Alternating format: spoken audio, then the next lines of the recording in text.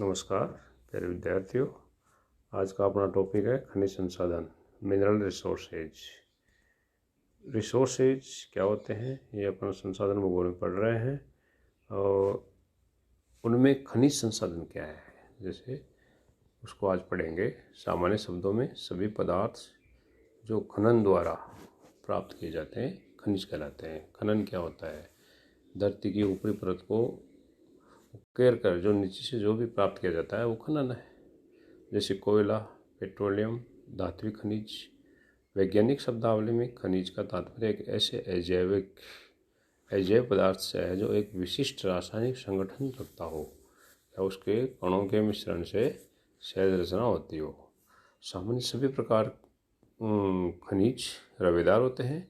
कुछ खनिज एक ही तत्व से निर्मित होते हैं, जैसे हीरा, कार्बन, परंतु अधिकांश खनिज दो तत्वों वाले होते हैं, जैसे लोहा, सल्फर। खनिजों के अनेक गुण धर्म यानी उनकी प्रॉपर्टीज होती हैं। क्रिस्टलीय रूप होता है उनका, जैसे कठोरता, लेवे होता है, विशिष्ट घनत्व होता है, रंग, चमकीलापन और पारदर्शिता यानी रेखीय होते हैं, या विभंगित या विदलीय संरचना के लिए होते हैं। इस प्रकार से खनिज कई रूपों में कई उनकी फॉर्मेशन पाई जाती है। खनिजों को अपन 3 कैटेगरी में बांट सकते हैं इस वीडियो के द्वारा। खनिजों को ऊपर वाले जो प्रॉपर्टीज के आधार पर अधात्विक खनिज, दूसरा धात्विक खनिज, तीसरा ईंधन खनिज।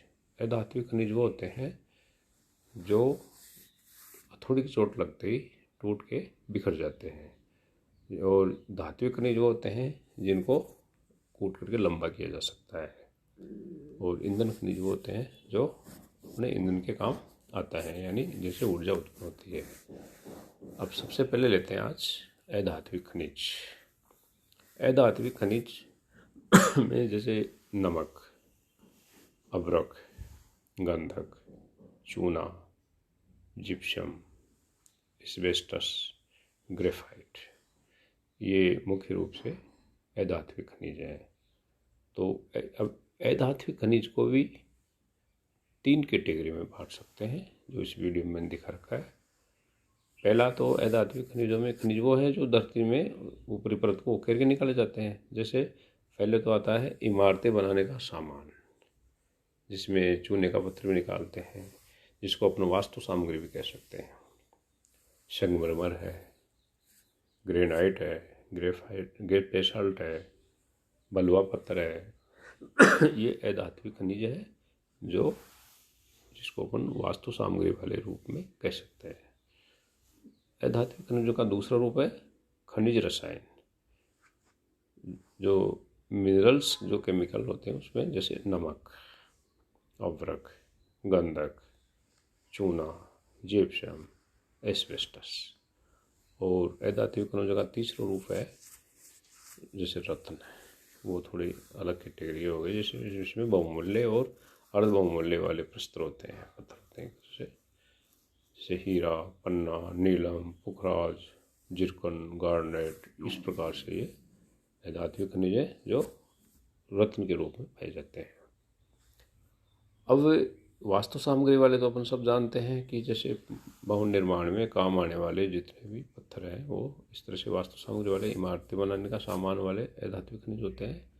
आज लेते हैं एक एक करके खनिज रसायन और उनका उपयोग मानव जीवन में। तो खनिज रसायनों में नमक, अभ्रक, गंधक, चूना और जिप्सम, एस्बेस्टस ये आते हैं। तो खनिज रसायनों में और उनके प्रयोग किस प्रकार से होते हैं? खानों या खदानों से प्राप्त होने वाले खनिज रसायनों में नमक मुख्य है। बाकी तो इसमें गंधक, अभ्रक, चूना यह भी मैंने बताया आपको। तो नमक क्या है? नमक 3 रूपों में मिलता है, समुद्री जल से, मरुस्थलीय झीलों से और चट्टानों से। भारत में मालाबार तट, राजस्थान की सांबर झील, सांबर, डीडवाना, पंचभद्रा जिलों में नमक मिलता है, और हिमाचल प्रदेश के मंडी जिले में नमक की चट्टानों में भी नमक मिलता है। ये घरेलू भोजन के अलावा साबुन बनाने, कागज़ के कारखाने, ब्लीचिंग करने, जल शोधन, चमड़ा, रंगने मिट्टी के पात्र और इस प्रकार से रंग उद्योग, इस्पात, कई चीज़ों में प्रयुक्त होता है नमक। इस प्रकार से नमक का उपयोग देखा आपने और उसके कहाँ मिलने वाले स्रोत देखे। दूसरा आता है महत्वपूर्ण है वो अभ्रक। इसको माइका कहते हैं। अभ्रक एक पारदर्शी, परतदार और लचकदार खनिज है जो सिलिकेट प्रकार की चट्टानों में पाया जाता है, जो चमकदार होता है और इसके विशाल भंडार भारत में है। विज्ञान और टेक्नोलॉजी के विकास के साथ साथ अभ्रक के नए नए प्रयोग सामने आ रहे हैं। ये विद्युत रोधी और उच्च ताप को सह सकता है। अभ्रक की किस्में कितने प्रकार की होती हैं? तो अभ्रक में लोहा आदि दूसरे मिश्रण के कारण रंग परिवर्तन हो जाता है। रंगों के आधार पर अभ्रक की 3 किस्में हैं: श्वेत, पीत और श्याम कलर का अभ्रक। इनमें सबसे महत्वपूर्ण होता है श्वेत अभ्रक। तो अब अभ्रक का प्रयोग किस में होता है? जैसे अभी तो मैंने बताया, लेकिन एक एक फिर लेते हैं, क्योंकि ये बिजली का सर्वोत्तम रोधी होता है। इसके अंदर बिजली की धारा प्रवाहित नहीं हो सकती, इसलिए विद्युत गृहों में इसका उपयोग, कंडेंसरों में जिसमें बेतार टेलीग्राफी के यंत्रों में, रेडियो, ट्रांजिस्टर आदि में, टेलीफोन में, वायुयानों में, बिजली उत्पन्न करने वाले मोटरों में, डायनेमो में, उच्च वोल्टाज के प्रेरणा यंत्रों में, लैंपों के सर्किटों में। अभ्रक लोहे आदि की अपेक्षा बहुत अधिक ऊंचे तापमान को सह सकता है, अतः अभ्रक का उपयोग लोहा और इस्पात के गलाने की भट्टियों और अन्य धातुओं को गलाने और कांच बनाने की भट्टियों में प्रयुक्त होता है। अग्निरोधी होने के कारण अभ्रक बॉयलरों में जो किया जाता है और विशेष प्रकार के युद्ध शस्त्रों को बनाने में भी अभ्रक काम आता है। और इसको सजावट के रंग रोगनों में, चमक दमक, पॉलिश और विशेष रंगों की छपाई में भी अभ्रक का पाउडर काम आता है। और औषधि के रूप में भी अभ्रक की भस्म का प्रयोग किया जाता है। इस प्रकार से अभ्रक का उपयोग चादर और पाउडर दोनों रूपों में किया जाता है। अभ्रक कहाँ मिलता है? रूस में, ब्राज़ील, कनाडा, दक्षिण पूर्वी अफ्रीका और भारत में अभ्रक के भंडार हैं। तो कनाडा और मालागासी में पीत अभ्रक का उत्पादन होता है। संयुक्त राज्य अमेरिका के उत्तरी कैरोलिना क्षेत्र में भी थोड़े अभ्रक के भंडार हैं। भारत में अभ्रक कहाँ है? भारत में अभ्रक का उत्पादन प्राचीन काल से हो रहा है। ईसा से 2000 वर्ष पूर्व अभ्रक की खुदाई होती रही है। तो पिछले 65 वर्षों में संसार का लगभग 75% अभ्रक भारत में ही प्राप्त हो रहा है। यहाँ के 3 बड़े क्षेत्र हैं। बड़ी पट्टी है जो 140 किलोमीटर लंबी और 25 किलोमीटर चौड़ी है, वो झारखंड में है अभ्रक।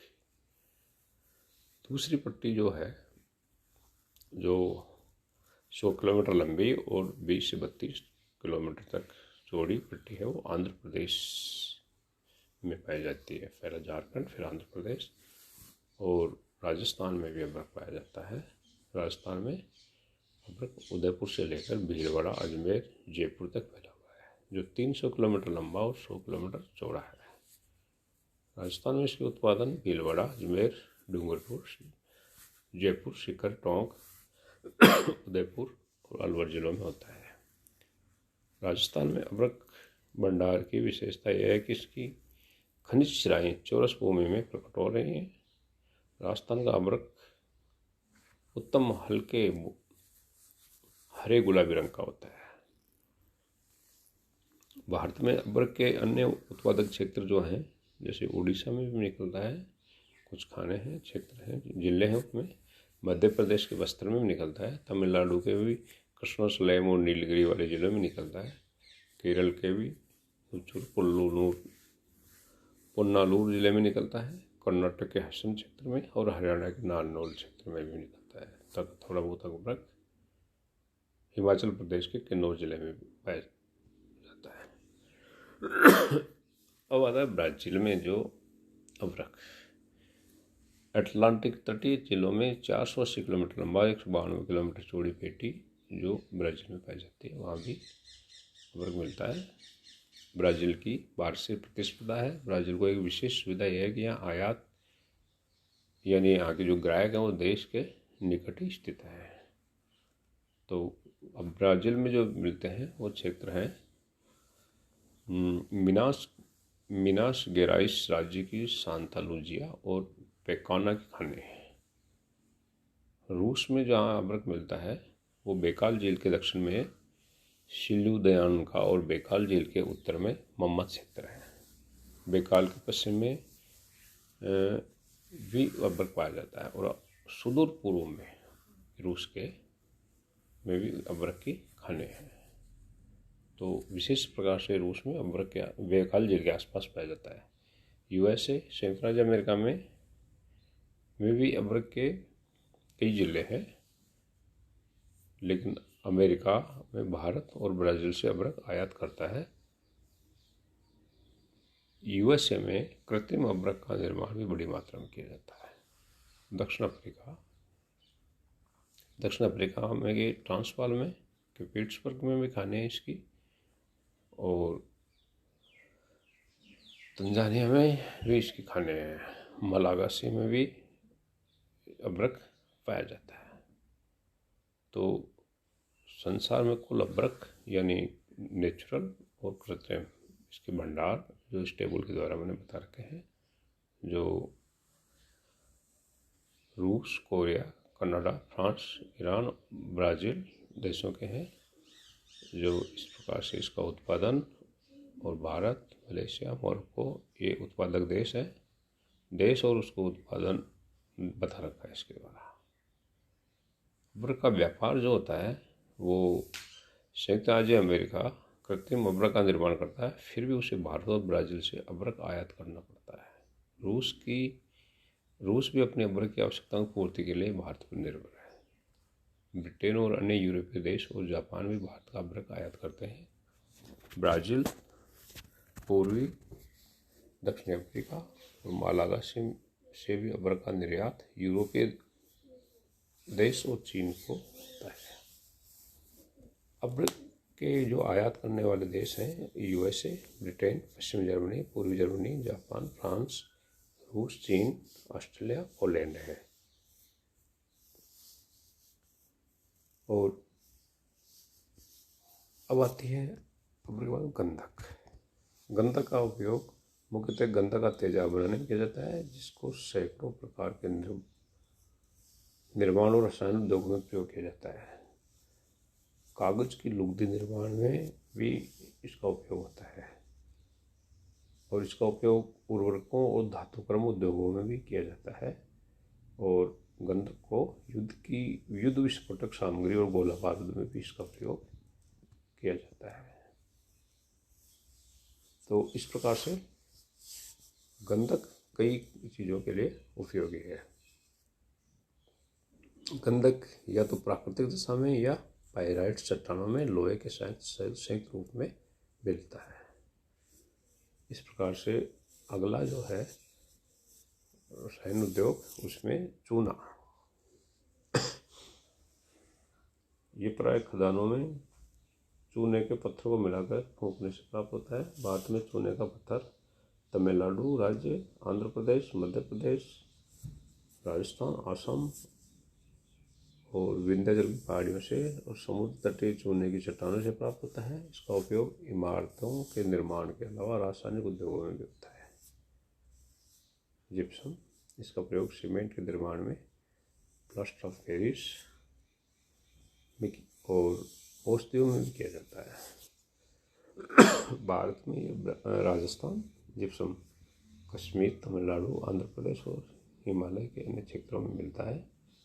तो USA, Switzerland, Germany, France, Britain में भी इसका उत्पादन होता है। जिप्सम का प्रयोग गंधक का अम्ल और उर्वरक बनाने में भी होने लगा है। एस्बेस्टस, ये अग्नि में न जलने वाला, यानी जिसको फायर प्रूफ भी कहते हैं। इसका उपयोग ऑटोमोबाइल, मोटर गाड़ियों में, वाष्प से चलने वाली मशीनों में इसका उपयोग होता है। और इसके जो उत्पादक क्षेत्र हैं कनाडा एस्बेस्टस के, रूस, दक्षिण अफ्रीका। भारत में भी कर्नाटक में और झारखंड में तथा राजस्थान में एस्बेस्टस पाए जाते हैं। इसके अलावा बेराइड्स, सुआगा, मैग्नीसाइट, सोडा, फ्लोराइड, फिटकड़ी, सोरा, ग्रेफाइट, ये खनिज भी प्रयुक्त होते हैं। अगला है उर्वरक खनिज उर्वरक, जिसमें नाइट्रेट, पोटास और फास्फेट आते हैं।